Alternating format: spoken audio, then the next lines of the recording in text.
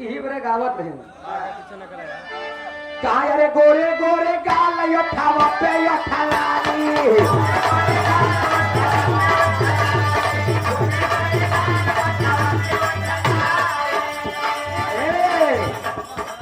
सुनने वाले फिर हाथ में हो हम लाल लहरी बन जाई थी जान ले इश्क का बम बनाकर जाम पर फेंका करूं अरे इश्क का बम बनाकर जाम पर फेंका करूं और खींच लो तस्वीर तेरी रात दिन देखा करूं तेरे दुपट्टे की लकीर थोड़ा चमकीली है तेरे दुपट्टे की लकीर तो चमकीली है चुस्त समीज है सलवार बड़ी ढीली है लहरी उस्ताद कहाँ है अरे गोरे गोरे गाल यो ठावा पे यो ठलानी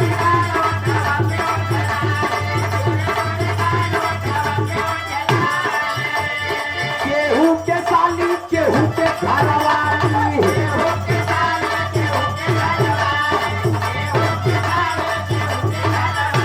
गोरे गोरे गाल यो ठावा पे यो ठलानी केहू के साली केहू के घरवाली हंसी हंसी की है कमाल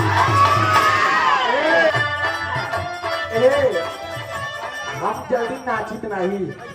सुरेश भैया विराज जगत के कितना शानदार गायिका हो डांसर हो अगर सूरज यदुवंशी से मुकाबला बा तो नाचत नहीं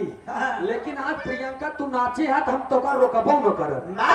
तो कर न रोक तू खूब नाचू आज नाच के जवाब नाच से गाना के जवाब गाना से सात नदिया परवा से बहन आप लोग सुने गाना ना चचा सात नदिया परवा वाला उनके लिखी गाय रही लेकिन सूरज यदुवंशी गावत रहे हमारे कलम चलत रहे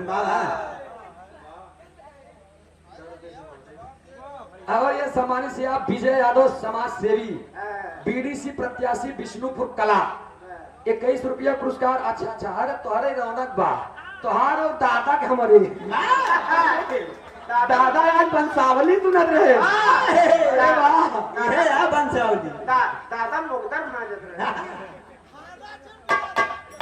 21 रुपया बम फाड़ के बमो हम फाड़ा तो खुद ही फट गया ए भैया बड़ी सुंदर सुंदर प्रस्तुति सुने आपको अच्छा ये जौन गनवा बहन गा रहे मार साहब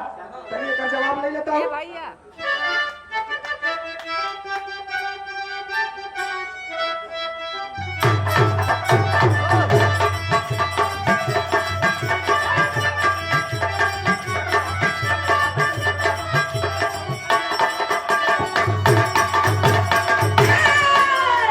अरे सात नदिया परवा से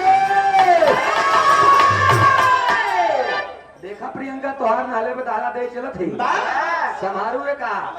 हर फन मौला जैसे फूटा पगहा तोड़ के आवत रहो वैसे फूटा पगहा तोड़ के जा एक मिनट पहले बताओ दरोगा भैया कहाँ गए कहाँ गए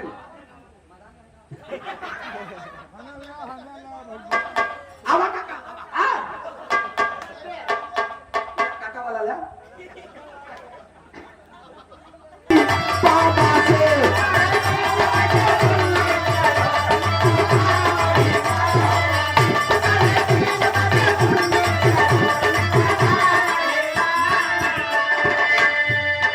फूले के काठी डबल देना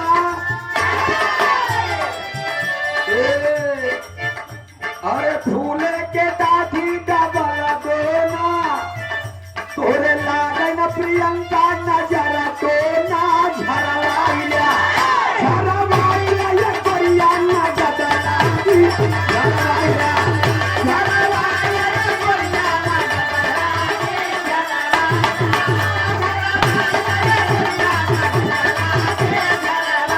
और एक लाइन खेतवा में तोहरे हम डलबई विशाल ये तोड़कर तू कहे डूबो भाई विशाल अभी अपनी ओहो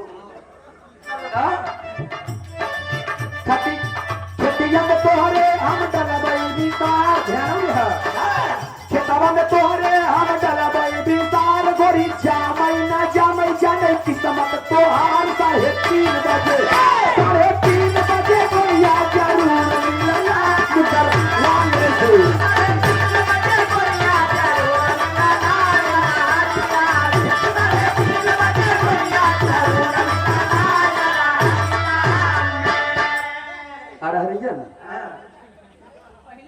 अच्छा पहले एक बात बताओ थे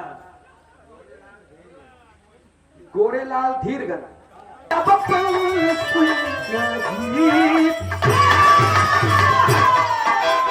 देखा तनी ध्यान दे प्रियंका की नहीं कोनो लड़की रहे और हमरी के नहीं सुगर एक नंबर के लड़का और लड़कावा के साथी जब हो गई और लड़की जब एकदम भीषण एकदम खूबसूरत हैंडसम मर्द पहले बा तो वो अपने सहेली से जाए कहा कि आए हाय हाय हमार करे जा हमार दुल्हा बड़ा नीमन है क्या बताओ हमारे साहब झारस जब बाल सैयदी लागस का माल सैयदी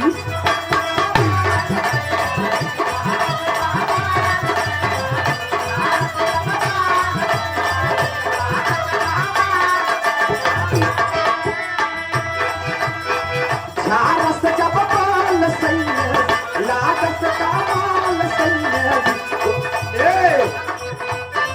बगली से निकाल सैयदी लेकर रूमाल सैयदी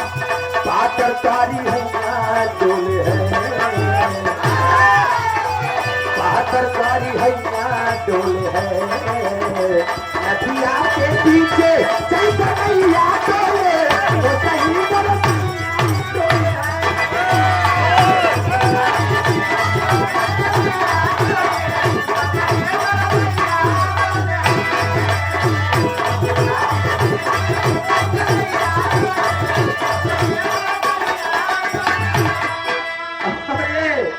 दरोगा भैया अच्छा एक बात जान लें प्रीति पाल के कार्यक्रम रहा जौनपुर गए कहे सूरज भैया नाचा हम नहीं नाचे लेकिन आज मजबूर कई डायल हो गई हो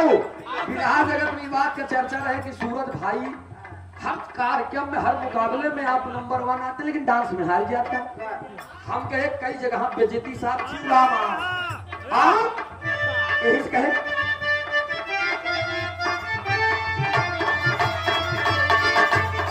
चेहरा बा चेहरा